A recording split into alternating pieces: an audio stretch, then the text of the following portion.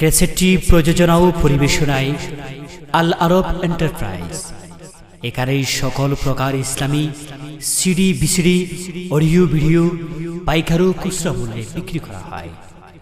আল Arab enterprise ৪৬ Madrasa market, Hathazari, Chattogram. Phone number 0118870105। আলহামদুলিল্লাহ নাহমাদুহু ওয়া নাস্তাঈনুহু ওয়া নাস্তাগফিরুহু ওয়া নু'মিনু বিহি ওয়া নাতাওয়াক্কালু আলাইহি ওয়া নাউযু বিল্লাহি মিন শুরুরি আনফুসিনা ওয়া মিন সাইয়্যাতি আ'মালিনা। মান ইয়াহদিল্লাহু ফালা মুদিল্লা লাহু ওয়া মান ইউদ্লিলহু ফালা হাদিয়া লাহু।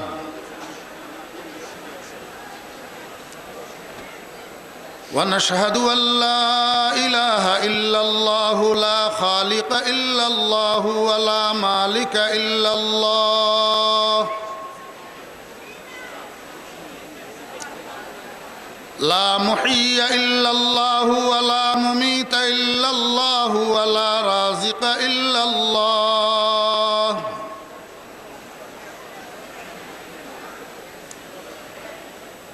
ونشهد أن سيدنا وسندنا وحبيبنا ومولانا محمدا عبده ورسوله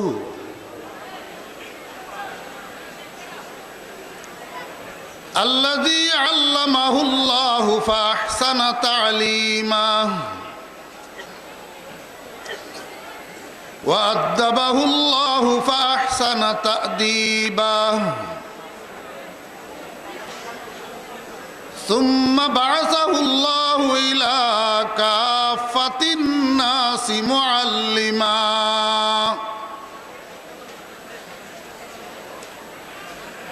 اللهم فصل وسلم عليه وعلى آله وأصحابه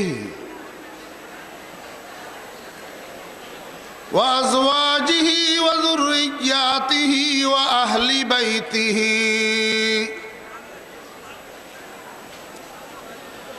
وعلماء أمته وفقهاء ملته ونجباء طريقته أجمعين.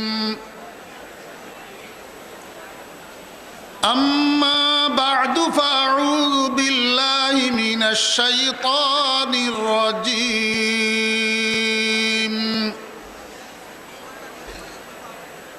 بسم الله الرحمن الرحيم.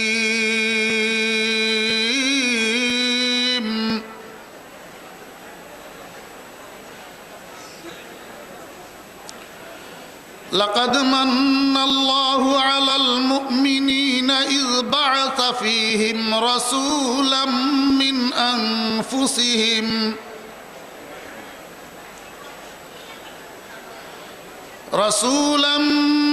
أنفسهم يتلو عليهم آياته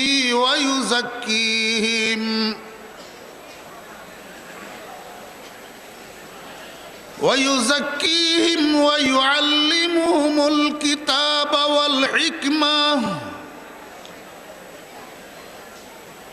وإن كانوا من قبل لفي ضلال مبين. صدق الله مولانا العظيم.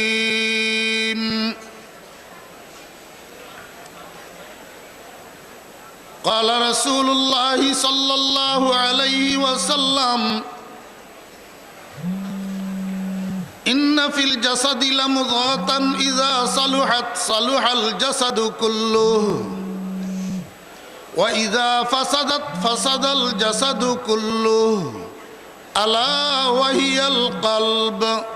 وصدق رسوله النبي الأمي الكريم ونحن على ذلك لمن الشاهدين والشاكرين.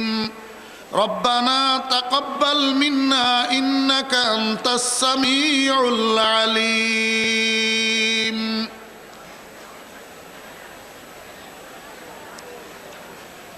चीन अरब हमारा हिंदू सता हमारा मुस्लिम है हम वतन है सारा जहां हमारा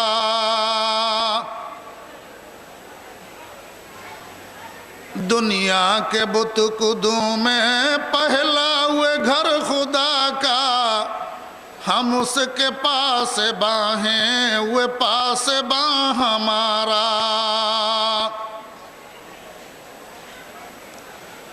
बातिल से दबने वाले आया से मानी हम 100 बार कर चुका है तू इम्तिहान हमारा तौहीद की अमानत सीनों में है हमारा आसान ही मिटाना नामो निशान हमारा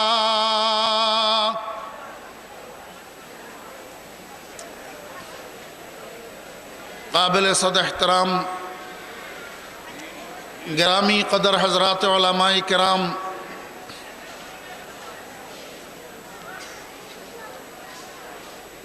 বাংলাদেশের প্রত্যন্ত অঞ্চল থেকে আগত আল্লাহ পাকের প্রেম পিপাসু মুসলমান ভাইয়েরা, মহান আল্লাহ রাব্বুল আলামিনের অপরিসীম দয়ার মেহেরবানি আল্লাহ রাব্বুল আলামিন আমাদেরকে দেশের ঐতিহ্যবাহী ইসলামী বিদ্যাপীঠ,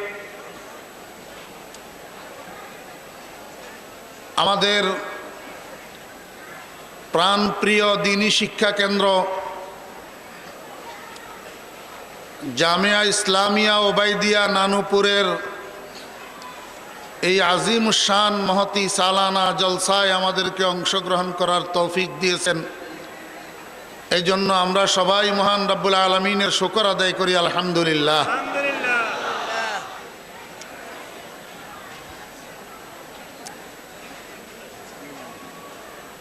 আসলে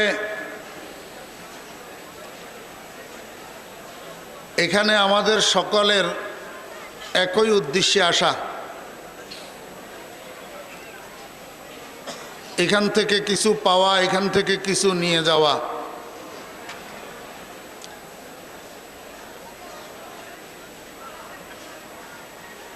হুকুম রক্ষার্থে আপনাদের সামনে বসা। আল্লাহ সুবহানাহু ওয়া তাআলা আল্লাহর হাবিব জনাবে মুহাম্মদুর রাসূলুল্লাহ সাল্লাল্লাহু আলাইহি ওয়াসাল্লামকে এই পৃথিবীতে প্রেরণ করেছেন 3টি কর্মসূচি দিয়ে। এই 3টি কর্মসূচি আল্লাহ সুবহানাহু ওয়া তাআলা কোরআন শরীফের আয়াতের মধ্যে উল্লেখ করেছেন। এই 3 কর্মসূচির প্রথম কর্মসূচি হল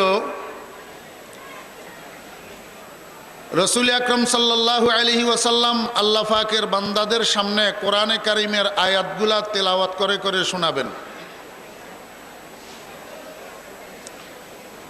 রাসূল আকরাম সাল্লাল্লাহু আলাইহি ওয়াসাল্লাম আল্লাহ পাকের বান্দাদেরকে কোরআন শরীফের তিলাওয়াত শিক্ষা দিবেন।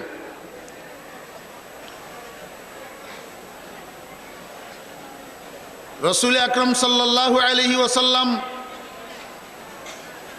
এই পৃথিবীর মানুষদেরকে কোরআন শরীফের রিডিং পড়া শিখাবেন।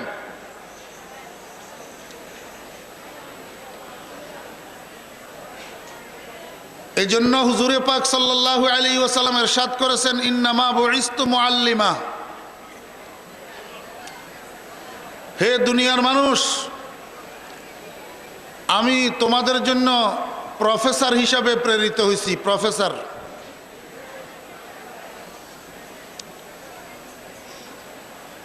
রাসূল আকরাম সাল্লাল্লাহু আলাইহি ওয়াসাল্লামের শানে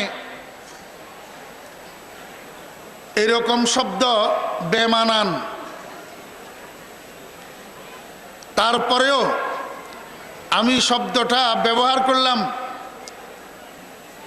আমাদের দেশের জেনারেল লাইনের শিক্ষিত ভাইদেরকে একটু বোঝানোর জন্য। আমরা তো কথায় কথায় মধ্যে মধ্যে একটা দুইটা ইংরেজি শব্দ না বলতে পারলে শিক্ষিতই মনে করি না। জি, কথায় কথায় কথার মাঝখানে এক দুইটা ইংরেজি শব্দ যদি বলা না যায় তাহলে লোকটাকে আমরা শিক্ষিতই মনে করি না, নিরেট মোল্লা মনে করি, আর মনে করি মোল্লার দল কিছু বুঝে সুঝে না।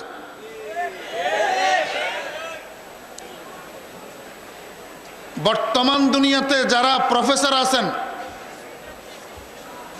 এরা কোনো না কোনো এক ইউনিভার্সিটির প্রফেসর, কোনো না কোনো এক কলেজের প্রফেসর।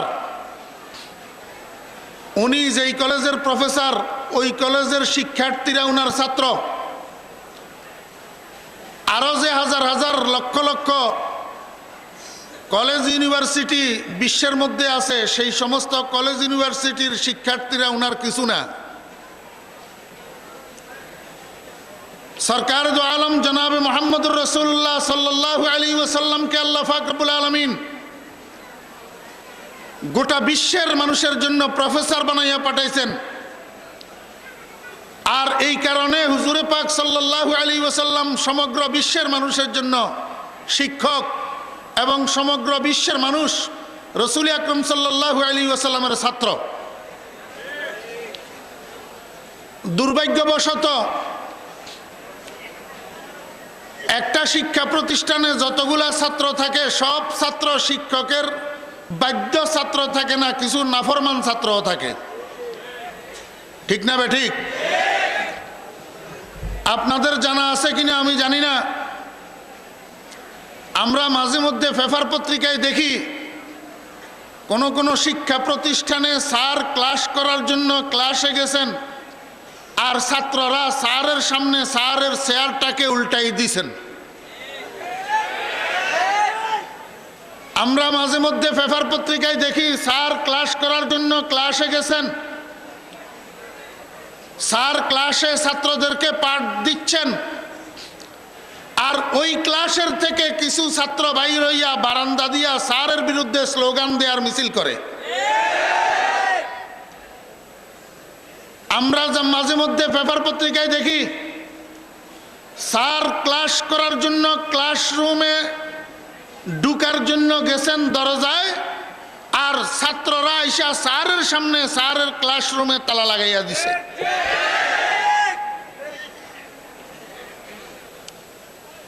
আমার ভাইরা, সত্য কথা যদি সমর্থন না করেন, স্বীকার না করেন, আল্লাহর কাছে দাবি থাকতে হবে না যে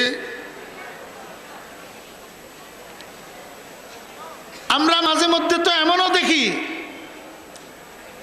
স্যার ক্লাস করার জন্য ক্লাসরুমে গেছেন আর ছাত্র কতগুলা উঠি আসি স্যারকে পিটানো শুরু করছে। ওই এক যুগে বিদ্যাব্যর্থ শিক্ষককে সেবিলে আর বর্তমানে বিদ্যাবাড়ে শিক্ষককে সেচিলে। আর এই শিক্ষার নাম সুশিক্ষা, এই শিক্ষার নাম প্রগতিশীল শিক্ষা। যদি হয় মুসলমানের বাচ্চাদের এই ধরনের শিক্ষার দরকার না, যে শিক্ষায় শিক্ষার্থীদেরকে বেয়াদব বানায়। জি, সরকার দো আলম জনাবে মোহাম্মদুর রাসূলুল্লাহ সাল্লাল্লাহু আলাইহি ওয়াসাল্লামকে আল্লাহ পাক গোটা পৃথিবীর মানুষের জন্য শিক্ষক বানাইয়া পাঠাইছেন।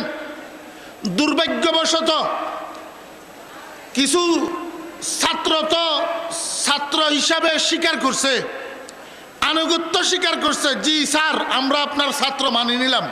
আর কিছু বেয়াদব ছাত্র অবাধ্য হইয়া গেছে। ওই অবাধ্য ছাত্রগুলার একজনের নাম আবু জেহেল, ওই নাফরমান ছাত্রগুলার একজনের নাম আবু লাহাব, ওই নাফরমান ছাত্রগুলার একজনের নাম জর্জ ডব্লিউ বুশ। আমার ভাইয়েরা, দুস্থ আহবাব, আমি তিনজনের নাম নিয়ে দিলাম। এবার এখান থেকে আপনারা গবেষণা করে বাইর করেন এই তিনজনের অনুসারী কিয়ামত পর্যন্ত যত আসবে, যত আছে, এরা সবাই নাফরমান ছাত্র। এরা সব কি? নাফরমান। সবাইয়ের জন্য আল্লাহ পাক রাসূল আকরাম সাল্লাল্লাহু আলাইহি ওয়াসাল্লামকে শিক্ষক বানাই পাঠাইছিলেন। আবু বকর, ওমর, ওসমান, আলী শিক্ষক হিসাবে মানছে, আবু জেহেল, আবু লাহাব মানে নাই। বুঝি থাকলে বলেন, আবু বকর, ওমর, ওসমান, আলী মার্কা শিক্ষক বর্তমানেও দুনিয়াতে আছে না নাই? আমার ভাইরা, এই নানুপুর জামিয়া উবাইদিয়ার শাইখুল হাদিস, শাইখুল মানকুল ওয়াল মাকুল, উস্তাজি আল মুহতারাম হযরতুল আল্লাম হযরত মাওলানা শেখ আহমদ সাহেব দামাত বারাকাতুহুমুল আলিয়া বারাকাল্লাহু ফি হায়াতিহিল মুবারাকা আবু বকর, ওমর, ওসমান, আলী মার্কা শিক্ষক। আর উনার কাছে যে সমস্ত ছাত্ররা জামিয়া উবাইদিয়াতে পড়ে, এরা রাসূল আকরাম সাল্লাল্লাহু আলাইহি ওয়াসাল্লামের বাধ্য ছাত্র। আর আবু জেহেল, আবু লাহাব মার্কা শিক্ষকও আমাদের দেশে আছে। তাদের কাছে যারা পড়ে তারা ওই আবু জেহেল, আবু লাহাব মার্কা ছাত্র। কথা সোজা না বাঁকা? সহজ না কঠিন? বুঝার বেশ কম আছে। এখন তো হক কথা আহমক বাজার। আমার নানুপুরি হুজুর রহমতুল্লাহ আলাইহি বলতেন, হক কথা আহমক বাজার, গরম ভাতে বিলে বাজার কইলে মাই মার খায়, না কইলে বাপে আরাম খায়। মনে কষ্ট নিবেন না কেউ, মনে কষ্ট নেওয়ার জন্য বলতেছি না, বলতেছি আমাদের সূর্য সন্তানদেরকে আমরা কোন পথে পরিচালিত করতেছি বুঝার জন্য। আমার ভাইরা, দোস্ত আহবাব, গোটা বাংলাদেশ থেকে এখানে আপনারা আসছেন। রাসূল আকরাম সাল্লাল্লাহু আলাইহি ওয়াসাল্লামের দেওয়া দায়িত্ব আমাদেরকে আদায় করতে হবে, নতুবা আপনারাই কিয়ামতের ময়দানে উলামায়ে কেরামের বিরুদ্ধে অভিযোগ দায়ের করবেন। দায়িত্ব আমাদেরকে আদায় করতে হবে।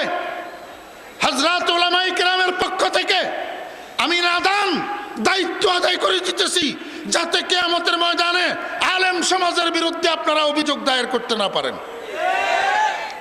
একটা ছেলে যখন 7 বছর বয়সী থাকে, ওই ছেলেটা আব্বা আম্মার কলিজার টুকরা থাকে কিনা?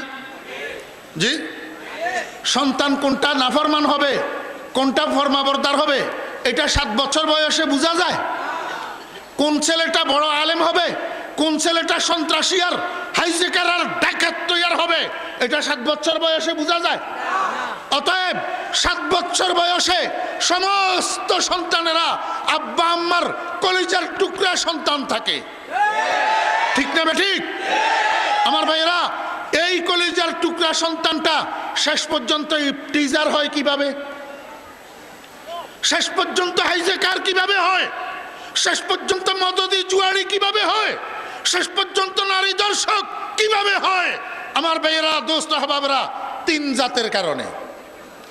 কয় জাতের কারণে? 3 জাতের কারণে। আবেগের বশীভূত হইয়া না, জজবার শিকার হইয়া না, গঠনমূলক। কি গঠনমূলক? আমার নানুপুরি হুজুর রহমতুল্লাহ আলাইহি বলতেন, আমার কথা যদি ঠিক হয় কেন মানতে, আর যদি বেঠিক হয় আমারে বুঝাই কেন দিতে। যদি হুজুরের শাগরিদ থাকেন, হুজুরের সোহবতে আপতা থাকেন, তাহলে আপনাদের মনে থাকার কথা, এই নানুপুর মাদ্রাসার মসজিদের মধ্যে হুজুর বলতেন, যদি আমার কথা ঠিক হয় কেন মানতে, আর যদি বেঠিক হয় আর বুঝাই কেন দিতে। আমার কথা যদি গঠনমূলক হয় ডিনাই করবেন কেন, মানবেন না কেন? আর যদি গঠনমূলক না হয় আসেন আমাকে বুঝাই দেন। জি। সেই 7 বছর বয়সের আমার কলিজার টুকরা সন্তানটাকে আমি তো চাইছিলাম চরিত্রবান বানানোর জন্য, সুশিক্ষিত বানানোর জন্য, সমাজের মধ্যে নক্ষত্রের মতো জলমল জলমল করার জন্য। আমার সেই সূর্য সন্তান, আমার সেই কলিজার টুকরা চরিত্রহীন কিভাবে হলো, নারী দর্শনকারী কিভাবে হলো, মদদি কিভাবে হলো, জুয়ারি কিভাবে হলো, ইফতিজার কিভাবে হলো, বোমাবাজ কিভাবে হলো, মানুষ খুনকারী কিভাবে হলো, আমার সেই সূর্য সন্তান পেশাদার কিলার কিভাবে হলো? কয়জনের কারণে? তিনজন। কয়জন? তিনজন। এক নম্বর মা বাপ। এক নম্বর মা বাপ।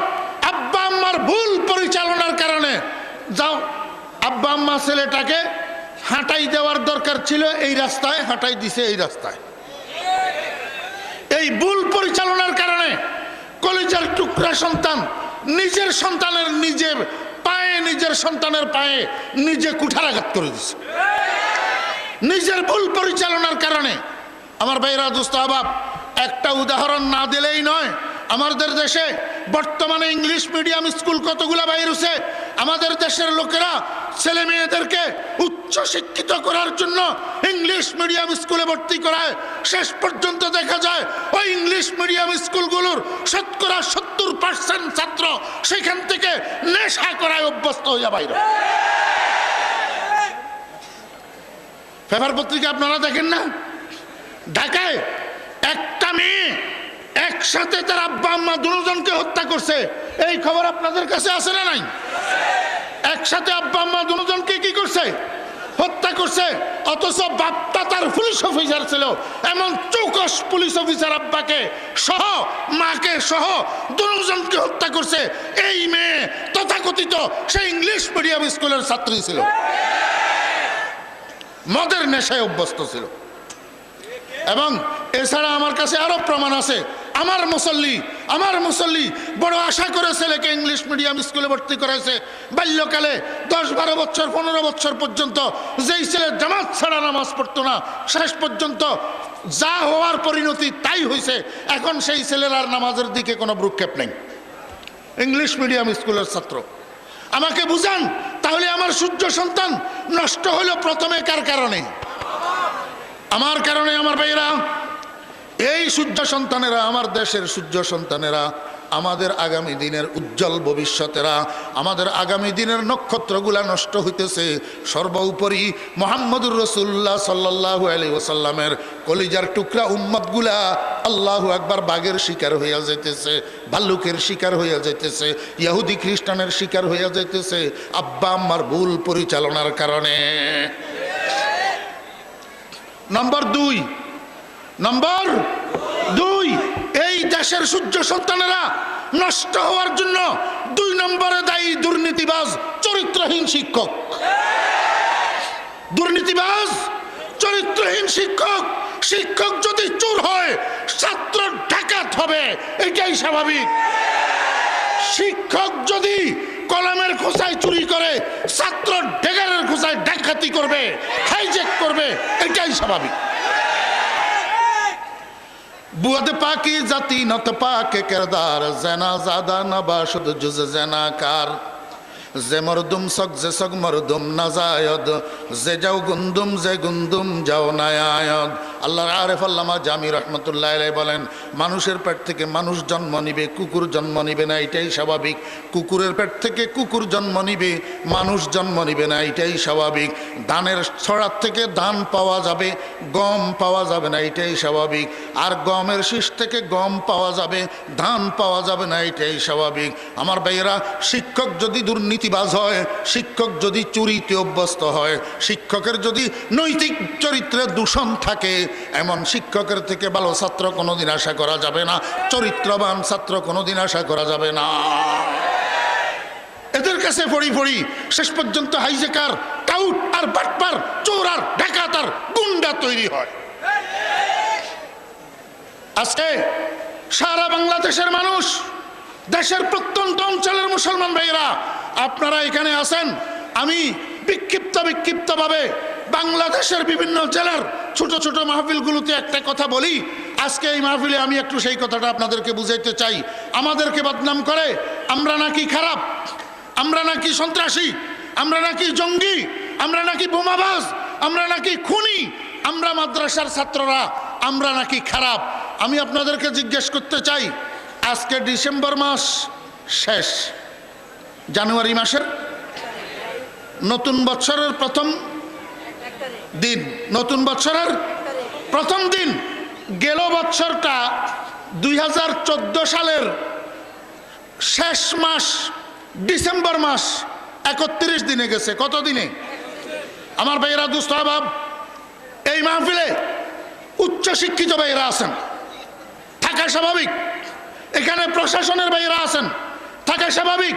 এখানে ডিবিএস বিএনএসআই ভাইয়েরা আছেন, থাকা স্বাভাবিক। আমি আপনাদেরকে মিনতি ভরা কণ্ঠে ইনসাফের সাথে একটা কথা জিজ্ঞেস করতে চাই। 2014 সালের 31 দিনের মাস ডিসেম্বর মাস, বাংলাদেশে 64 জেলা আছে। 64 জেলায় 64টা কোর্ট আছে। 64টা কোর্ট আছে। প্রত্যেক কোর্টে ডিসেম্বর মাসের 31 দিনে কতগুলা মামলা দায়ের হয়েছে? চুরির মামলা, ডাকাতির মামলা, হাইজ্যাকের মামলা, লুটতরাজের মামলা, নারী ধর্ষণের মামলা, ইফটিজিংয়ের মামলা, হত্যা মামলা, কতগুলা ক্রাইমের মামলা দায়ের হয়েছে। আছেন কি কোনো বাপের বেটা ইনসাফের সাথে, ন্যায় পরায়ণতার সাথে 2014 সালের ডিসেম্বর মাসের 31 দিনে বাংলাদেশের 64 কোর্টে যত ক্রাইমের মামলা হয়েছে, যত অপরাধের মামলা হয়েছে, এই মামলাগুলাকে জরিপ করুন। নিশ্চয়ই এই মামলাগুলার কতগুলা ক্রিমিনাল আছে, অপরাধী আছে, আসামি আছে। জরিপ করুন।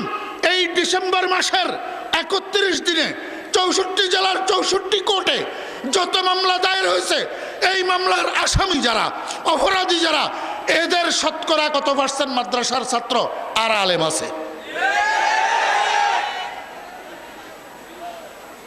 আমি চ্যালেঞ্জ করলাম, শতকরা 5% মাদ্রাসার ছাত্র পাওয়া যাবে না, শতকরা 5% আলেম পাওয়া যাবে না। তারপরেও ধরে নিলাম 5%, তারপরেও ধরে নিলাম কয় পার্সেন্ট? 5%। আমার ভাইরা দুস্থ আবাব, যদি 5% ক্রিমিনাল মাদ্রাসার ছাত্র হইয়া থাকে, বাকি 95% এরা কারা? এরা কোন ফ্যাক্টরির উৎপাদন? এরা কোন কারখানার তৈরি? সেই সমস্ত ফ্যাক্টরি আর কারখানার বিরুদ্ধে কোনো বিবৃতি থাকে না। শুধু মাদ্রাসার বিরুদ্ধে বিবৃতি কেন? শুধু মাদ্রাসার ছাত্রদের বিরুদ্ধে বিবৃতি কেন? কতলে কসে না কর দায়েম, মালে কসে না খোর দায়েম, কতলে কসে না কর দায়েম, মালে কসে না খোর দায়েম, জুরমম হামিন আস্তে কেমন আশেকে উ গস্তায়েম। আয় আল্লাহ, তুমি সাক্ষী থাকো, আজকে আলেম ওলামাদেরকে, মাদ্রাসার ছাত্রদেরকে যে কোনোদিন মারিনি। মাওলানা জুনায়েদ বাবুনগরী দামাত বারাকাতুহুল আলিয়া, আল্লাহ পাক তার হায়াতের মধ্যে বরকত দান করেন। মাওলানা জুনায়েদ বাবুনগরীর মতো এরকম সরল সহজ জাতীয়, আন্তর্জাতিক, বিশ্বনন্দিত হাদিস বিশারদ কয়জন আছে আমাকে বলেন? মাওলানা জুনায়েদ বাবুনগরী জীবনে কোনোদিন একটা মাসি মারছে? একটা মাসি। যে সমস্ত মানুষ জীবনে একটা মাসি মারে না, তাদেরকে মানুষ হত্যার দায়ে অভিযুক্ত করা, আসলে এদের মানুষ হত্যা করা এদের অভিযোগ নয়, বরং এদের অভিযোগ হলো এই মানুষগুলো আল্লাহর কথা কেন কয়, রাসূলের কথা কেন বলে, কোরআনের কেন কথা বলে, ইসলামের কথা কেন বলে। এটাই হলো এদের অভিযোগ। আজকে মোল্লা মৌলবীরা মাদ্রাসায় তালামারি ঘরে যাই বসে যাক, দেখবেন এদের বিরুদ্ধে আর কোনো অভিযোগ নাই। আমার ভাইয়েরা, দোস্ত আহবাব, ইহুদি খ্রিস্টান এবং ইহুদি খ্রিস্টানের ছেলেরা তো বলে মুনাফেক মার্কা মুসলমান কতগুলো আছে, এরাও আবার কওমি মাদ্রাসার বিরুদ্ধে বলে। কাকে বুঝাইতাম মনের জ্বালা? আমার নানুপুরি হুজুর রহমতুল্লাহ আলাইহি বলতেন, মনের জ্বালায় বনে গেলাম, বনে পাইলাম সোনা, বিষের লাডুতে মরে চোর সাতজনা, কোমরের চুরির আঘাতে মরে বনের বাঘ, 20 গরু মানুষ মারে শোনেন মহারাজ। কারে বুঝাইতাম? আপনি বি খফা মুঝসে হ্যায় বেগানা বিনা খোশ, মাই জহরে হল্লা হলকো কবি কাহনা সে কাকন। কওমি মাদ্রাসার আলেমেরা, দেওবন্দি মসলকের আলেমেরা, এরা তো হক প্রিয়, হক গো। এরা সত্য কথা পছন্দ করে, সত্য কথা বলতে দ্বিধা করে না। যে দিক থেকে ইসলামের উপর, আকীদার উপর, নবীর তরিকার উপরে আক্রমণ আসে, আঘাত আসে, সঙ্গে সঙ্গে এরা প্রতিবাদ করে, প্রতিহত করে। এটাই তাদের অপরাধ। রাসূল আকরাম সাল্লাল্লাহু আলাইহি ওয়াসাল্লামকে আল্লাহ পাক কি বানাইয়া পাঠাইছেন? সবাই বলেন, সবাই কি বানাইয়া পাঠাইছেন? শিক্ষক বানাইয়া। তো রাসূলুল্লাহ সাল্লাল্লাহু আলাইহি ওয়াসাল্লামের প্রথম কর্মসূচি কি ছিল? কোরআন শরীফের তেলাওয়াত। কোরআন শরীফের, আমার ভাইয়েরা, দোস্ত আহবাব, ও জেনারেল শিক্ষিত যুবক ভাইয়েরা, তরুণ ভাইয়েরা, দুনিয়ার পেপার পত্রিকা সব পড়তে পারেন, দুনিয়ার ম্যাগাজিন উপন্যাস সব পড়তে পারেন, দুনিয়ার বাংলা বই পুস্তক সব পড়তে পারেন। এই বেটা, ক্রিকেটের সংবাদ পড়তে পারো, ব্যাডমিন্টনের সংবাদ পড়তে পারো, ফুটবলের সংবাদ পড়তে পারো, আল্লাহর কোরআন কেন পড়তে পারো না? তোমার মধ্যে অনুশোচনা আসে না? তুমি সীতারানীর দুত্তান করি বড় হইছ? হরিশ্চন্দ্রের ঘরে জন্ম নিছ না মুসলমান আব্বার ঘরে জন্ম নিছ? যদি মুসলমান আব্বার ঘরে জন্ম নিয়ে থাকো, কোরআন শরীফ তেলাওয়াত তুমি কেন জানবে না? জি জি জি, মনে কষ্ট যাইতেছে? মাফ করে দিবেন, আই এম এক্সট্রিমলি সরি। মনে কষ্ট গেলে আল্লাহর ওয়াস্তে মাফ করে দিবেন। আমার ভাইয়েরা, কোরআন শরীফের অর্থ, তরজুমা, তাফসির যদি নাও বুঝে, শুধু তেলাওয়াতের একটা ক্রিয়া আছে না নাই? বাহারে আলমে হুসনস দিলো জাতা জমিদারদ, বাহারে আলমে হুসনস দিলো জাতা জমিদারদ, বরং আসহাব সুরতরা ববো আরবাবে মানারা। ও দোস্ত, গোলাপ ফুলের মধ্যে দুইটা জিনিস আছে। কয়টা? দুইটা। একটা হলো রং আর একটা হলো গ্রাম, ঠিক না ভাই? ঠিক। গোলাপ ফুলের মধ্যে কয়টা জিনিস আছে? দুইটা জিনিস, একটা রং আর একটা গ্রাম। গোলাপ ফুলের দিকে তাকাইলে দৃষ্টি নন্দিত হয়, চোখে সুন্দর লাগে, ঠিক না ভাই? ঠিক। আর নাকে লাগাইলে গ্রানে অন্তরটা মোহমোহ হইয়া যায়, ঠিক না ভাই? ঠিক। আল্লাহর কোরআনের দুইটা দিক আছে, একটা হলো আল্লাহর কোরআনের জাহের, একটা হলো আল্লাহর কোরআনের বাতেন, একটা হলো আল্লাহর কোরআনের রং, আর একটা হলো আল্লাহর কোরআনের বউ। আমার ভাইরা, আল্লাহর কোরআনের জাহেরি রং কি? আল্লাহর কোরআনের জাহেরি রং হলো তেলাওয়াতের কাশিশ, তেলাওয়াতের কাশিশ। আল্লাহু আকবার। হযরত ওমর ইবনুল খাত্তাব রাদিয়াল্লাহু আনহু সহ কাফেরের বাচ্চারা আবু জেহেলের আহ্বানে মিটিংয়ে বসছে। আবু জেহেল সেই মিটিংয়ের মধ্যে ঘোষণা করলো, আজকে মোহাম্মদের মাথাটা কাটিয়ে আনি, যে ব্যক্তি আমার সামনে রাখতে পারবা আমি তাকে 100 ওটের পুরস্কার দান করব। হযরত ওমর ইবনুল খাত্তাব রাদিয়াল্লাহু আনহু দাঁড়াইয়া তলোয়ারকে ডুলাইয়া কয়, আবু জেহেল, আমি ওমর ইবনুল খাত্তাব তোমার সঙ্গে প্রতিজ্ঞা করলাম, যতক্ষণ পর্যন্ত মোহাম্মদের মাথা কাটিয়ে আনি তোমার সামনে রাখতে না পারি, ততক্ষণ ঘরে ফিরে যাব না। হযরত ওমর ইবনুল খাত্তাব রাদিয়াল্লাহু আনহু তখনও পর্যন্ত ইসলাম গ্রহণ করেন নাই। আমার ভাইয়েরা, লম্বা ঘটনা বলা আমার উদ্দেশ্য না। সামনে আমার একটা উদ্দেশ্য আছে বয়ানের, একটা কথা বলার জন্য। সেই কথাটার আগে একটা কথা বলি। হযরত ওমর ইবনুল খাত্তাব রাদিয়াল্লাহু আনহু ল্যাংটা তলোয়ার কাঁধের উপরে লইয়া যাইতেছে সরসর করে সামনের দিকে। রাস্তার মধ্যে হযরতে নঈম ইবনে আব্দুল্লাহ রাদিয়াল্লাহু আনহুর সাথে দেখা। নঈম ইবনে আব্দুল্লাহ রাদিয়াল্লাহু আনহু জিজ্ঞেস করে, ওমর, কোথায় যাইতেছ? হযরতে ওমর ইবনুল খাত্তাব রাদিয়াল্লাহু আনহু বলেন, মুহাম্মদের মাথাটা কাটিয়ে আনার জন্য যাইতেছি। মুহাম্মদের মাথা কাটিয়ে আনার জন্য যাইতেছে বলে। নঈম ইবনে আব্দুল্লাহ রাদিয়াল্লাহু আনহু তখন ইসলাম গ্রহণ করছেন। কাফেরদের নির্যাতনের ভয়ে ইসলামকে গোপন করিয়া তওরিয়া করিয়া চলে, ইসলাম প্রকাশ করে না। আমার ভাইয়েরা, দোস্ত আহবাবেরা, হযরতে নঈম ইবনে আব্দুল্লাহ রাদিয়াল্লাহু আনহু বলে, ওমর, তোমার তো সাহস কম না, তুমি মুহাম্মদের মাথা কাটিয়ে আনার জন্য বনি হাশেমের গোত্রে যেতেছ। বনি হাশেমের গোত্র তোমাকে বুঝি এমনি ছাড়ি দিবে, তোমাকে বুঝি মারবে না তারা। হযরতে ওমর ইবনুল খাত্তাব রাদিয়াল্লাহু আনহু গরম মানুষ, গরম হইয়া গেছে, রাগান্বিত হইয়া গেছে। কয়, বেটা বেয়াদব, তোর তো সাহস কম না, এত বড় স্পর্ধা, আমার মুখের উপরে এত বড় কথা বললি, তোকে আমি ছাড়বো না, আগে তোর মাথা ফেলে দেব, তারপরে অন্যদের কথা। আমার ভাইয়েরা, দোস্ত আহবাব, হযরত নঈম ইবনে আব্দুল্লাহ রাদিয়াল্লাহু আনহু বলেন, এই ওমর, থামো, তোমার গায়ে আমার থেকে শক্তি বেশি, আমি দুর্বল, তুমি আমাকে মারতে পারবা, হত্যা করতে পারবা, আমি মানি। তার আগে তোমার একটু শরম লাগা দরকার, তোমার লজ্জা করে না? হযরত ওমর ইবনে খাত্তাব রাদিয়াল্লাহু আনহুকে কি বললি? নঈম ইবনে আব্দুল্লাহ রাদিয়াল্লাহু আনহু বলে, ওমর, তুমি কোন লজ্জায় মুহাম্মদের মাথা কাটিয়ে আনার জন্য যাইতেছ, যেই লোক নিজের ঘরটা সামলাইতে পারো না? হযরত ওমর ইবনুল খাত্তাব রাদিয়াল্লাহু আনহু বলে, আমার ঘরে কি হয়েছে? নঈম ইবনে আব্দুল্লাহ রাদিয়াল্লাহু আনহু কয়, কি হয়েছে? যাইয়া দেখো না, তোমার বোন ফাতেমা বিনতে খাত্তাব আর ফাতেমার স্বামী দুজনের ঘরের মধ্যে কি চলতেছে, যাইয়া একটু দেখো না। নিজের ঘরটা রক্ষা করতে পারো না, মুহাম্মদের মাথা কাটিয়ে আনার জন্য যাইতেছ, তোমার শরম লাগে না? গরম মানুষ 1 সেকেন্ড আর দেরি করে নাই, সঙ্গে সঙ্গে গুড়ি গেছে। গুড়ি আল্লাহু আকবার রওনা হইছে ফাতেমা বিনতে খাত্তাবের স্বামীর ঘরের দিকে। ফাতেমার ঘরের সামনে যাইয়া ওমর দরজার মধ্যে দিছে টোকা। ঘরের মধ্যে হজরতে খাব্বাব রাদিয়াল্লাহু আনহু ফাতেমা এবং ফাতেমার স্বামীকে কোরআন শরীফের তেলাওয়াত শিক্ষা দিচ্ছিলেন, সূরা তাহার তেলাওয়াত শিক্ষা দিতেছিলেন। যখন হজরত ওমর রাদিয়াল্লাহু আনহু দরজার মধ্যে টোকা দিয়েছেন, ফাতেমা বিনতে খাত্তাব রাদিয়াল্লাহু আনহু বলে, কে? ওমর ইবনুল খাত্তাব রাদিয়াল্লাহু আনহু কয়, এই দরজা খোল। হজরত ওমরের আওয়াজ যখন পাইছে ভয়ে সব থরথর থরথর করতেছে। হজরত খাব্বাব রাদিয়াল্লাহু আনহু তো বসার থেকে উঠি পার্টিশনের ওই পাশে যাইয়া তৌরিয়া করছেন, আত্মগোপন করে দাঁড়ায় রয়েছে ভয়ে। ইনারা দুজন স্বামী স্ত্রী বসে রয়েছে। হজরত ওমর ইবনুল খাত্তাব রাদিয়াল্লাহু আনহু ঘরের মধ্যে ঢুকছেন, ঢুকি জিজ্ঞেস করে, এই ফাতেমা, তোদের ঘরের থেকে কিসের একটা আওয়াজ বাহিরে যাইতেছিল? আমি একটু দূরের থেকে অত সেই আওয়াজটা শুনলাম, কিসের আওয়াজ রে এটা? ফাতেমা বিনতে খাত্তাব রাদিয়াল্লাহু আনহু কয়, ভাইয়া কই কিসের আওয়াজ? আমরা স্বামী স্ত্রী দুজন গল্প করতেছিলাম। ওমর কয়, না মিথ্যা কথা বলিস না, তোদের ঘরের বাইরে একটা টান টান সুর এলো আওয়াজ, আমি শুনতেছিলাম, এটা কিসের আওয়াজ তাড়াতাড়ি বল। ফাতেমায় কয়, না কই আমরা স্বামী স্ত্রী দুজন কথা বলতেছিলাম।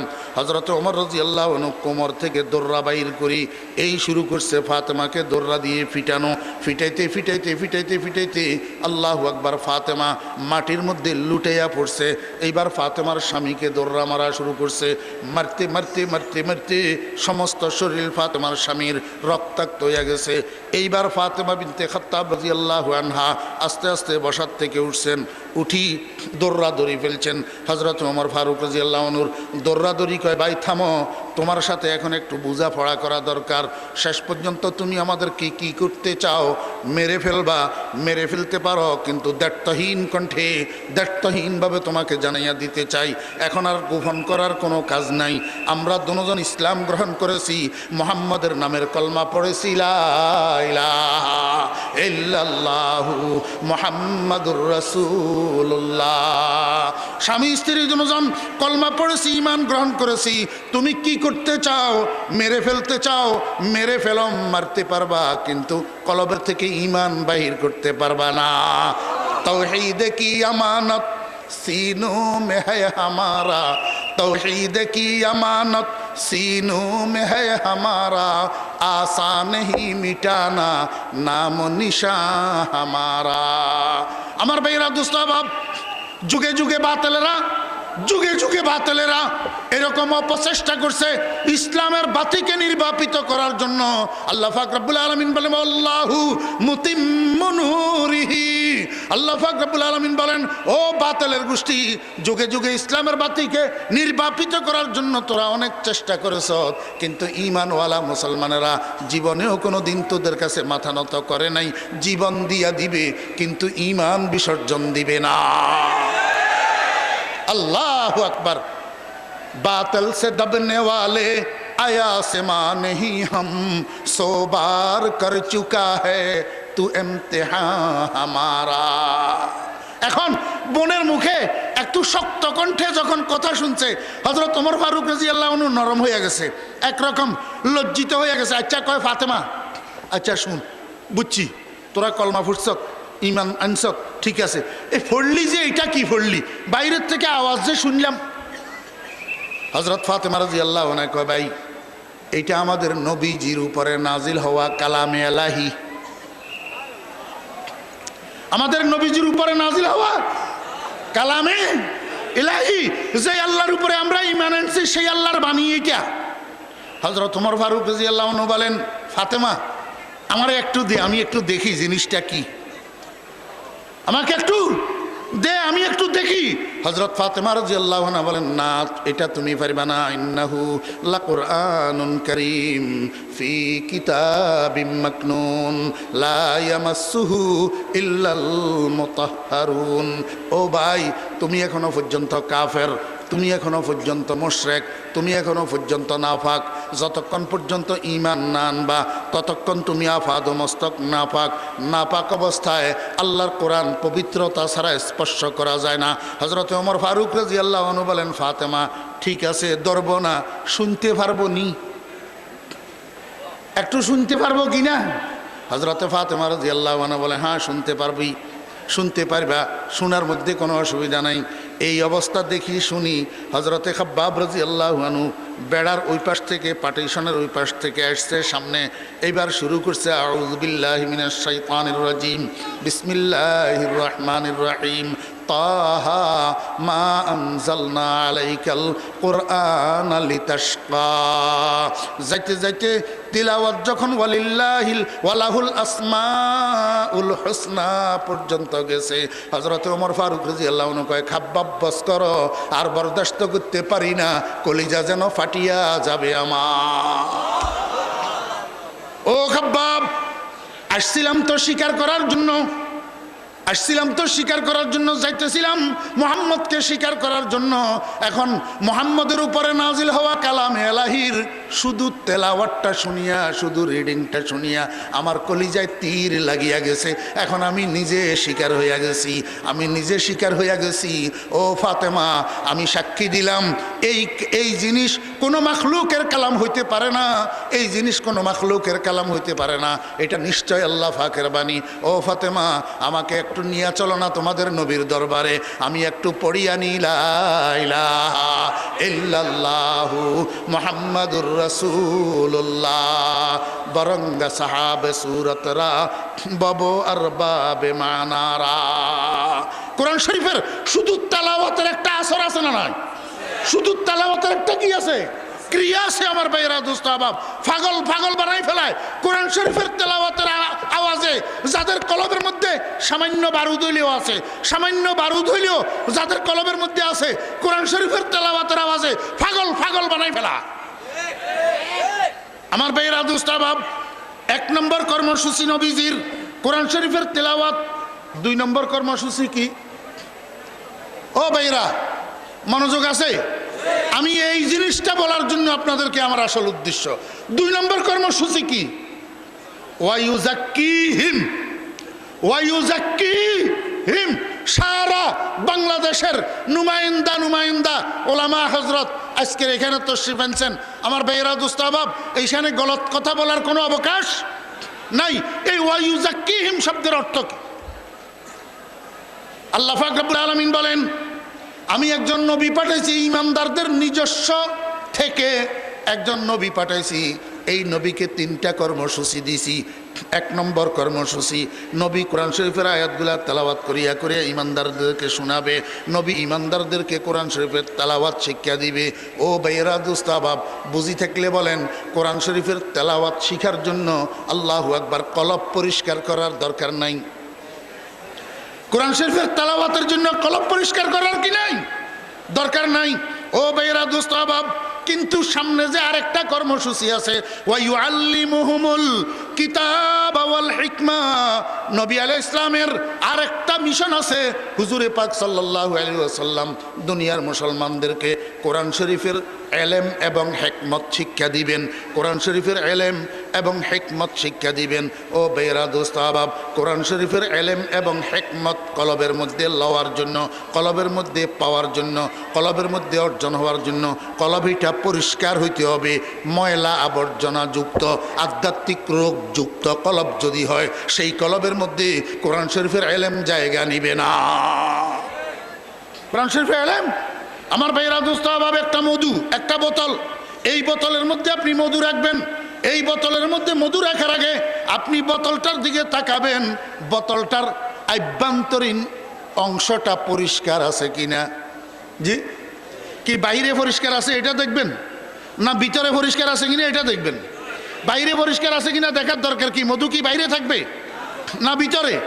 আমার ভাইয়েরা, দোস্ত আহবাব, তখন মধু রাখার ইচ্ছা করবেন, তখন বোতলটার ভিতর পরিষ্কার আছে কিনা দেখবেন। যদি দেখেন ভিতর পরিষ্কার নাই, তখন এটার মধ্যে পাউডার ঢুকাইয়া, এটার মধ্যে পাথর ঢুকাইয়া, এটার মধ্যে পানি ঢুকাইয়া, গরম পানি দিয়া খুব ভালো করি এটাকে পরিষ্কার করি।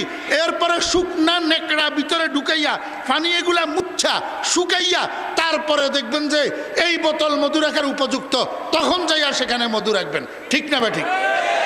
আমার ভাইয়েরা, দোস্ত আহবাব, আল্লাহ পাক রব্বুল আলামিন হুজুরে পাক সাল্লাল্লাহু আলাইহি ওয়াসাল্লামকে 3টা কর্মসূচি দিয়া পাঠাইছেন। 1 নম্বর কর্মসূচি কোরআনে কারীমের তেলাওয়াত।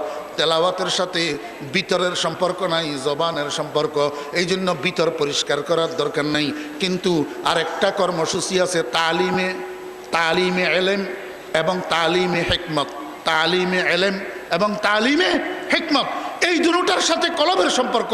এই দুটোটা বস্তু রাখতে হবে পাত্রের মধ্যে। পাত্র এটার নাম কি? পাত্রের নাম কলব। এই জন্য কলবিটাকে আগে পরিষ্কার করতে হবে।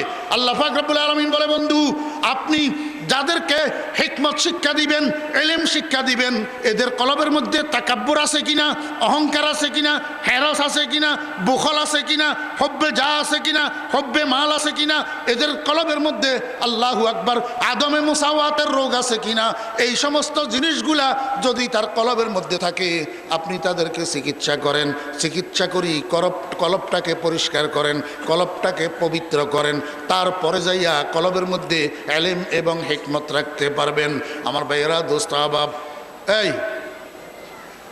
বসেন, মনোযোগ আসেনি? খুব সূক্ষ্ম কর্মসূচি কয়টা? এখন আমরা বর্তমান যুগের মানুষ দুইটার সাথে সম্পৃক্ত আছি, ইচ্ছায় অনিচ্ছায় আরেকটাকে পরিহার করছি। আরেকটাকে কি করছি? পরিহার করছি।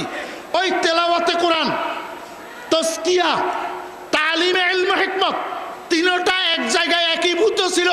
সেই জায়গার নাম ছিল দরবারে রেসালত। সেই জায়গার নাম ছিল দরবারে রেসালত। পরবর্তীতে আইসা কালের আবর্তে তিনটা ডিপার্টমেন্ট আলাদা আলাদা হয়ে গেছে। আমার ভাইয়েরা, তেলাওয়াত শিক্ষা দে তেলাওয়াতের মক্তবে নুরানিওয়ালারা, তালিমে ইলম হিকমত শিক্ষা দে বড় বড় মাদ্রাসাওয়ালারা, আর তাজকিয়া হয় খানেকায়। এখন আমরা আখেরি জামানার মুসলমান দুইটার সাথে সম্পৃক্ত আছি, আরেকটাকে মূল্যায়ন করি না, আরেকটার প্রয়োজনীয়তা অনুভব করি না। অথচ এটা যেরকম ফরজ, ওইটা যেরকম ফরজ, তেলাওয়াত শিখা নামাজের জন্য যেরকম ফরজ, ইলম শিখা ইসলামী জীবনযাপন করার জন্য তলবুল ইলমে ফরিজাতুন যেরকম ফরজ, খুদার কসম তাজকিয়াও এরকম ফরজ। তাজকিয়াও এরকম কি ফরজ। আমার ভাইরা, দোস্ত আহবাব, কোরআন শরীফের তেলাওয়াত শিক্ষা দিবে নুরানি হুজুর। তেলাওয়াত শিক্ষা দিবে কে? নুরানি হুজুর। ইলম শিক্ষা দিবে, হিকমত শিক্ষা দিবে মুহাদ্দিস শাহ হুজুর। মুহাদ্দিস শাহ হুজুর, মুফাসসির শাহ হুজুর, আদিব শাহ হুজুর, মুফতি শাহ হুজুর, উনারা ইলম আর হিকমত শিক্ষা দিবে। তাজকিয়া করবে কে? এই কলবকে কলবের রোগের থেকে পবিত্র করবে কে? শাহ সালাউদ্দিন দামত বারাকাতুহুল আলী। আমার ভাইয়েরা, নুরানির জন্য যদি উস্তাদ থাকে, শিক্ষক থাকে, তো আপনার তালিমে ইলম হিকমতের জন্য যদি উস্তাদ থাকে, তাজকিয়ার জন্য উস্তাদ আছে। ওই উস্তাদ হলো কলবের ডাক্তার, ওই উস্তাদ হলো কলবের ডাক্তার। আমার ভাইয়েরা, দোস্ত আহবাব, যেই নফস সারকশ, যেই নফসে কথা মানে না, যেই মৎস্য আমার নফস আমাকে কান দরিয়া ঘুরায়, আল্লাহ পাকের নাফরমানির জগতের মধ্যে আমাকে বিচরণ করায়, ওই নফস নুরানি হুজুরের দ্বারা ঠিক হবে না, ওই নফস মুআল্লিমে ইলম হিকমতের দ্বারাই ঠিক হবে না। ওই নফসকে ঠিক করার জন্য জিরে হোতা হাই নেহি নফসে শরীর, জিরে হোতা হাই নেহি নফসে শরীর, দস্তগিরি কর মেরে আয়ে দস্তগির। ওই নফসকে ঠিক করার জন্য শাইখে কামেলের জুতা ফিরাইতে হবে। ওই নফসকে ঠিক করার জন্য শাইখে কামেলের জুতা বহন করতে হবে। ওই নফসকে ঠিক করার জন্য শাইখে কামেলের হাতে নিজেকে বিক্রি করে দিতে হবে। কি করে দিতে হবে? বিক্রি করে দিতে হবে। ওই নফস ঠিক করার জন্য শাইখে কামেলের হাতে নিজেকে কি করে দিতে হবে? বিক্রি করে দিতে হবে। বাইআত ওলামায়ে কেরাম হযরতকে আপনারা জিজ্ঞেস করেন, বাইআত বাইউনের থেকে মুশতাক। বাইউন শব্দের অর্থ কি? বিক্রি করা। বাইউন শব্দের অর্থ কি? বিক্রেতা। বাইউন শব্দের অর্থ কি? বিক্রি করা। আমার ভাইয়েরা, ইন্নাল্লাযীনা ইউবাইউনাকা ইন্নামা ইউবাইউনাল্লাহ ইয়াদুল্লাহি ফাওকা আইদিহিম। কোরআন শরীফের মধ্যে আছে না নাই? বাইআত শব্দ কোরআন শরীফের মধ্যে আছে না নাই? তথাকথিত বর্তমান যুগের কিছু প্রগতিবাদী ইসলামিকেরা, কিছু প্রগতিবাদী ইসলামিকেরা এই ফির মুরিদি আর তাজকিয়া নফসকে অস্বীকার করে, আর মনে যেভাবে চায় এইভাবে চলে। কয় দাড়ির মধ্যে ইসলাম নাকি, টুপির মধ্যে ইসলাম নাকি, পোশাকের মধ্যে ইসলাম নাকি, ট্রাই পরে, শার্ট পরিধান করে, কোট পরিধান করে। আমার ভাইয়েরা, রাসূল আকরাম সাল্লাল্লাহু আলাইহি ইসলামের বডি কন্ডিশনকে কোনো তোয়াক্কা করে না। কিসের কারণে?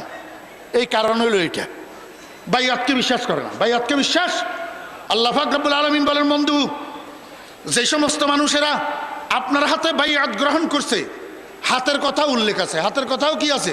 উল্লেখ আছে। যে সমস্ত মানুষেরা আপনার হাতে বাইআত গ্রহণ করছে, এরা আপনার হাতে বাইআত গ্রহণ করে নাই। ইন্নামা ইউবাইউনাল্লাহ, এরা আল্লাহর হাতে বাইআত গ্রহণ করছে। কার হাতে? আল্লাহর হাতে। কিভাবে? কয় ইয়াদুল্লাহি ফাওকা আইদিহিম, ইয়াদুল্লাহি ফাওকা আইদিহিম। এই দাঁড়াও, এটা রাসূলুল্লাহ সাল্লাল্লাহু আলাইহি ওয়াসাল্লামের হাত। উদাহরণ, এটা কার হাত? রাসূলুল্লাহ সাল্লাল্লাহু আলাইহি ওয়াসাল্লামের হাত। আল্লাহু আকবার। সুলহ হুদাইবিয়ার বাইআতের মধ্যে যে সমস্ত সাহাবায়ে কেরামরা অংশগ্রহণ করেছিলেন, উনারা হুজুর পাক সাল্লাল্লাহু আলাইহি ওয়াসাল্লামের হাতের উপরে হাত রাখছে, একটার উপরে একটা, একটার উপরে একটা, একটার উপরে একটা, একটার উপরে একটা। রাসূলুল্লাহ সাল্লাল্লাহু আলাইহি ওয়াসাল্লামের হাতের উপরে হাত রাখি তো বাইআত গ্রহণ করছে। কি গ্রহণ করছে? বাইআত গ্রহণ করছে। আল্লাহ কয় ইয়াদুল্লাহি ফাওকা আইদিহিম, বন্ধু ব্যাকের নিচে, সবের নিচে আপনার হাত, তার উপরে আপনার সাহাবীদের হাত, যারা বাইআত গ্রহণ করছে, এদের সকলের উপরে আমি আল্লাহর হাত, এদের সকলের উপরে আমি আল্লাহর হাত।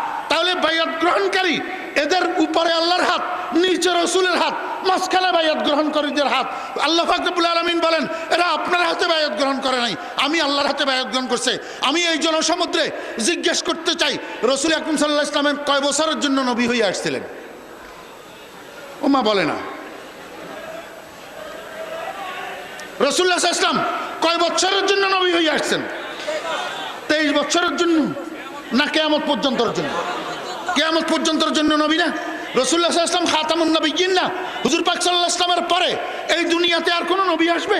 তাহলে রাসূলুল্লাহ সাল্লাল্লাহু আলাইহি ওয়াসাল্লামের কারে নবুয়ত, নবুয়তের কার্যক্রম কিয়ামত পর্যন্ত পরিচালিত হবে কি হবে না? যদি হয়, আমার ভাইরা দোস্ত আহবাব, সাহাবায়ে কেরাম হুজুর পাক সাল্লাল্লাহু আলাইহি ওয়াসাল্লামকে পাইছেন, হুজুরের হাতে বাইআত গ্রহণ করছেন। যারা হুজুর পাক সাল্লাল্লাহু আলাইহি ওয়াসাল্লামকে পাবে না, তারা কার হাতে বাইআত গ্রহণ করবেন? যারা হুজুর পাক সাল্লাল্লাহু আলাইহি ওয়াসাল্লামের খলিফা হবেন। যারা হুজুর পাক সাল্লাল্লাহু আলাইহি ওয়াসাল্লামের কি হবেন? খলিফা হবেন। রাসূলুল্লাহ সাল্লাল্লাহু আলাইহি ওয়াসাল্লামের খলিফা বর্তমানে দুনিয়াতে আছে না নাই?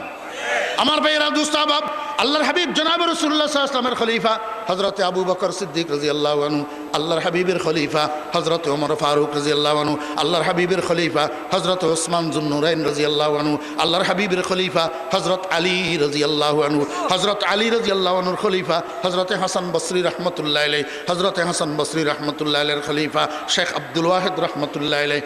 আমি শেষ পর্যন্ত আল্লাহর রহমতে আপনাদের দোয়ায় বলতে পারবো, কিন্তু সময় নষ্ট করতেছি না।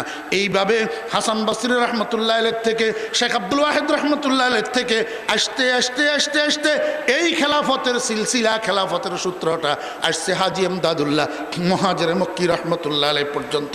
হাজী এমদাদুল্লাহ মুহাজিরে মক্কি রাহমাতুল্লাহি আলাইহির খলিফা রশিদ আহমদ গঙ্গোহী রাহমাতুল্লাহি আলাইহি, রশিদ আহমদ গঙ্গোহী রাহমাতুল্লাহি আলাইহির খলিফা হযরত মাওলানা শাহ জমিরউদ্দিন সুয়াবিলি রাহমাতুল্লাহি আলাইহি, সরপুরুস্তে হাটহাজারি মাদ্রাসা হযরত মাওলানা শাহ জমিরউদ্দিন সাহেব রাহমাতুল্লাহি আলাইহির খলিফা মুফতি আজিজুল হক সাহেব নব্বারাল্লাহু মারকাদাহু, ফটিয়ার মুফতি সাহেব রাহমাতুল্লাহি আলাইহির খলিফা। আমার বেয়েরা দোস্ত আহবাব, শাইখুল আরবে ওয়াল আজম, শাইখুল আরবে ওয়াল আজম হযরত মাওলানা শাহ সুলতান আহমদ নানুপুরি রাহমাতুল্লাহি আলাইহি, সৈয়দি ওয়া সনদি, সৈয়দি ওয়া সনদি হযরত মাওলানা শাহ সুলতান আহমদ নানুপুরি রাহমাতুল্লাহি আলাইহি, হযরত নানুপুরি হুজুর রাহমাতুল্লাহি আলাইহির খলিফা। আমার কলিজার টুকরা মুর্শিদ, আমার প্রাণাদিক প্রিয় শেখ, আমার প্রাণাদিক, আমার কলিজার টুকরা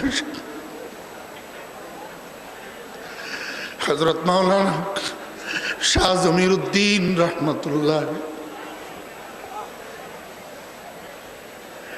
আল্লাহু আকবার। হযরত মাওলানা শাহ জমিরউদ্দিন সাহেব রাহমাতুল্লাহ আলাইহি, হযরত নানুপুরি হুজুর দ্বিতীয়, হযরত নানুপুরি হুজুর দ্বিতীয় রাহমাতুল্লাহ আলাইহির খলিফা। আমার ভাইরা দোস্ত আহবাব, হযরত মাওলানা শাহ সালাউদ্দিন দামত বরকাতুহুল আলিয়া, শাহ সালাউদ্দিন দামত বরকাতুহুল আদিয়া, দামত বরকাতুহুল আলিয়া, আদামাল্লাহু ফুয়ুজাহু, আদামাল্লাহু ফুয়ুজাহু ওয়া আতালাল্লাহু বাকাহু ওয়া বারাকাল্লাহু ফি হায়াতিহিল মুবারাক। আমিন। ওমা কয় না আমিন? সবাই বলেন আমিন। আমার ভাইরা দোস্ত আহবাবেরা, আল্লাহর রহমতে আমার শেখ সুযোগ্য সাহেবজাদা রাখি গেছেন, সুযোগ্য সাহেবজাদা। আল্লাহর রহমতে এই পর্যন্ত হযরতের ইন্তেকালের পরে এটা তো দ্বিতীয় মাহফিল। এটা কি দ্বিতীয় মাহফিল? নানুপুরের আমরা চতুর্দিকে দেখতেছি আল্লাহর রহমতে শাহ সালাউদ্দিন দামাত বারাকাতুহুম সফল খলিফা, সফল জানসীন, আমার শেখের সফল জানসীন। আমার ভাইয়েরা, আমরা উনার জন্য দিবানিশি দোয়া করি, দিবানিশি উনার জন্য দোয়া করি। আয় আল্লাহ আমার হুজুরের, আয় আল্লাহ আমার হুজুরের বেইজ্জত করি আমরা আল্লাহ। ও ভাইরা দোস্ত আবাব, 30 বছরের 25 বছরের ছোট্ট ছোট্ট ফলাফাইন MBBS পাশ করার পরে যদি ডাক্তারি করতে পারে, রুগী দেখতে পারে, হাসপাতালে যদি চিকিৎসা করতে পারে, শাহ সালাউদ্দিন দামাত বারাকাতুহুম হয়তো আমাদের কারো সাথী, আমাদের কারো বড় ভাই, কারো ছোট ভাই, কিন্তু এখন তো আর উনি ছোট না, আল্লাহর রহমতে যোগ্য হয়ে গেছে, ডাক্তার হয়ে গেছে। আল্লাহু আকবার। আমার ভাইরা দোস্ত আহবাব, রাসূল আকরাম সাল্লাল্লাহু আলাইহি ওয়াসাল্লামের খলিফা, রাসূলুল্লাহ সাল্লাল্লাহু আলাইহি ওয়াসাল্লামের খলিফা। আপনারা আমাকে জিজ্ঞেস করবেন, হুজুর রাসূলুল্লাহ সাল্লাল্লাহু আলাইহি ওয়াসাল্লামের খলিফা কেমনে? আমি আদম আলাইহিস সালামের সন্তান যেমনে, আমি আদম আলাইহিস সালামের সন্তান যেভাবে হাজার হাজার আব্বার মধ্যস্থতায়, হাজার হাজার সন্তানের মধ্যস্থতায় আমি যদি আদমের সন্তান হইতে পারি, আল্লাহু আকবার। শাহ সালাউদ্দিন দামাত বারাকাতুহুম মাত্র 37 থেকে 38টা খলিফার মধ্যস্থতায় রাসূলুল্লাহ সাল্লাল্লাহু আলাইহি ওয়াসাল্লামের খলিফা হইতে পারে না। কিয়ামত পর্যন্ত থাকবে তো, এটা কিয়ামত পর্যন্ত কি থাকবে? রাসূলুল্লাহ সাল্লাল্লাহু আলাইহি ওয়াসাল্লামের কারে নবুয়ত, কারে খেলাফত কিয়ামত পর্যন্ত থাকবে। এবং এই সমস্ত খলিফারা, এই সমস্ত খলিফারা রাসূল আকরাম সাল্লাল্লাহু আলাইহি ওয়াসাল্লামের উম্মতের ওই যে তাজকিয়া, কলবকে পরিষ্কার করার কাজটা আঞ্জাম দিবে। কথা বুঝছেন না বুঝেন? কলবকে পরিষ্কার করার কাজটা কি করবে? আঞ্জাম দিবে। আমার ভাইয়েরা, দুঃখের সাথে বলতে হয়, আজকে আমরা তেলাওয়াতে কোরআনের সাথে যা আসি, যতটুকু আসি, আজকে আমরা এলেম শিখার সাথে যা আসি, যতটুকু আসি, কিন্তু আরেকটা কর্মসূচি হুজুর পাক সাল্লাল্লাহু আলাইহি ওয়াসাল্লামের ওয়ায়ুযাক্কিহিম, কলবকে আধ্যাত্মিক রোগগুলোর থেকে মুক্ত করার যে কাজটা, সেটার সাথে আমরা নাই। এর কারণ হলো ডিপার্টমেন্ট ভাগ হয়ে গেছে।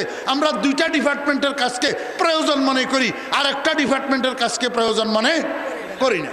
আল্লাহ পাক আমাদেরকে বুঝার তৌফিক দান করেন। মওতের আগে আমি আমার কথা বলতেছি, আপনাদের কথা না। আমার ছোট মুখে বড় কথা সাজে না। আমার কলবটাই হাজারো রোগে বরফুর, হাজারো রোগে বরফুর। তারপরেও মন্না করদম সুমা হাজার বাকুনেত, সারা বাংলাদেশ থেকে আমার ভাইয়েরা, দোস্ত আহবাবেরা আসছেন এই নানুপুরের বাগানে। এই নানুপুরের বাগান থেকে কিছু নিয়ে যাওয়ার জন্য আমরা চেষ্টা করব, যাতে আমাদের কলবটা মৃত্যুর আগে আমরা সংশোধন করতে পারি, আধ্যাত্মিক রোগ থেকে পবিত্র করতে পারি। আল্লাহ পাক আমাদেরকে তৌফিক দান করেন। ওয়া আখিরু দাওয়ানা আনিল হামদুলিল্লাহি রাব্বিল আলামিন।